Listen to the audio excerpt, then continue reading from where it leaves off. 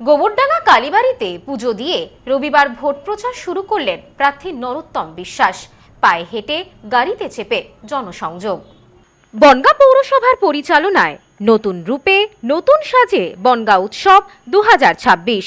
মেলায় বিজ্ঞাপন ও stall booking এর জন্য ফোন করুন বিশু ঘোষ 9733630326, ঋত্বিক ঘোষ 9734827383 এই নম্বরে। আপনাদের সাদর আমন্ত্রণ। আর মাত্র কয়েকদিন, তারপর রাজ্যে বিধানসভা নির্বাচন। ইতিমধ্যেই নির্বাচনের কাউন্টডাউন শুরু হয়ে গিয়েছে।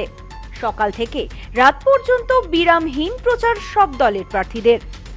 জনসংযোগ আর মিছিলে ব্যস্ত প্রার্থীরা। তেমনি রবিবাসরীয় সকালে উত্তর 24 পরগনার গাইঘাটা বিধানসভা কেন্দ্রের তৃণমূল প্রার্থী নরোত্তম বিশ্বাস এদিন গোবরডাঙ্গা কালীবাড়িতে পুজো দিয়ে আনুষ্ঠানিকভাবে প্রচার শুরু করেন। এসআইআর কে হাতিয়ার করে ভোট যুদ্ধে 1 ইঞ্চি জমিও ছাড়তে রাজি নয় তৃণমূল প্রার্থী নরোত্তম বিশ্বাস। এদিন গোবরডাঙ্গা বাজার থেকে শুরু করে পৌরসভার একাধিক ওয়ার্ডে প্রচার সারেন তিনি।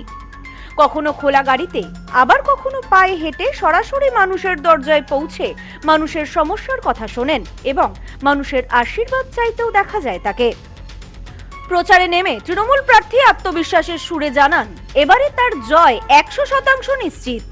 এবারের নির্বাচনে তৃণমূল দুটি বড় ইস্যুকে সামনে এনে সরাসরি বিজেপিকে কোণঠাসা করার কৌশল নিয়েছে। প্রথমত, এসআইআর এর মাধ্যমে বহু মতুয়া ভোটারের নাম তালিকা থেকে বাদ পড়ার অভিযোগ জানিয়ে ক্ষোভ তুঙ্গে, এবং দ্বিতীয়ত, গত 5 বছরে গাইঘাটা বিধানসভা এলাকার কোনো উল্লেখযোগ্য উন্নয়নমূলক কাজ না করার অভিযোগ। এই দুই ইস্যুকে হাতিয়ার করেই মাঠে নেমেছেন তৃণমূল প্রার্থী নরোত্তম বিশ্বাস। উল্লেখ্য, 2021 সালের বিধানসভা নির্বাচনে প্রায় 10,000 ভোটে সুব্রত ঠাকুরের কাছে পরাজিত হয়েছিলেন নরোত্তম বিশ্বাস।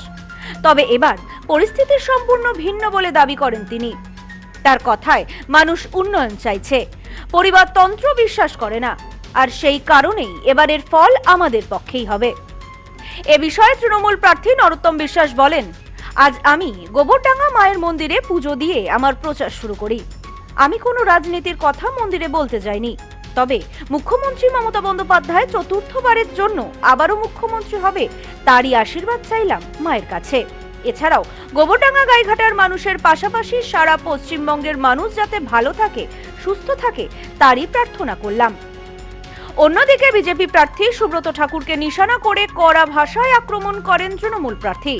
তিনি এ বিষয়ে বলেন, ঠাকুরবাড়ির প্রতিনিধি হিসেবে গতবারের নির্বাচনে জয়ী হয়ে বিধায়ক হলেও সাধারণ মানুষের সঙ্গে তার যোগাযোগ ছিলই না বলেও অভিযোগ তোলেন তিনি।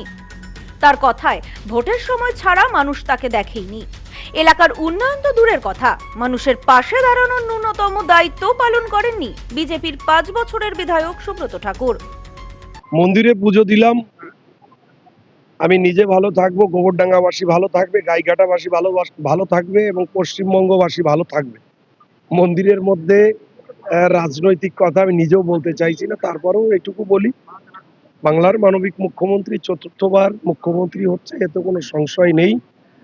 এবং সাথে সাথে সেইখানে 97 গাইঘাটা এবার জিতবে। বিগত 5টি বছর সে ক্ষমতায় থেকে মানুষের সঙ্গে কি করেছে সেটা প্রত্যেকটা জায়গায় যেখানে যেখানে প্রচারে যাচ্ছে সেই জায়গাগুলোতে কিন্তু তাড়া খাচ্ছে মানুষের। তার কারণ মানুষ যা যা ভেবেছিল তার একটাতেও ধারে কাছে থাকতে পারেনি। অতএব উন্নয়নের নিরিখে আমরা যদি দেখতে পাই, বাংলার মানবিক মুখ্যমন্ত্রীর হাত ধরে গাইঘাটার উন্নয়ন চলেছিল, হচ্ছিল, সবই হয়েছে, কিন্তু একজন এমএলএর থেকে যেটা পাওনা তার কোনো কিছু পায়নি। অতএব এই 97 গাইঘাটা না, এই বনগাঁর সমস্ত সিট এবার পুনরুদ্ধার হবে।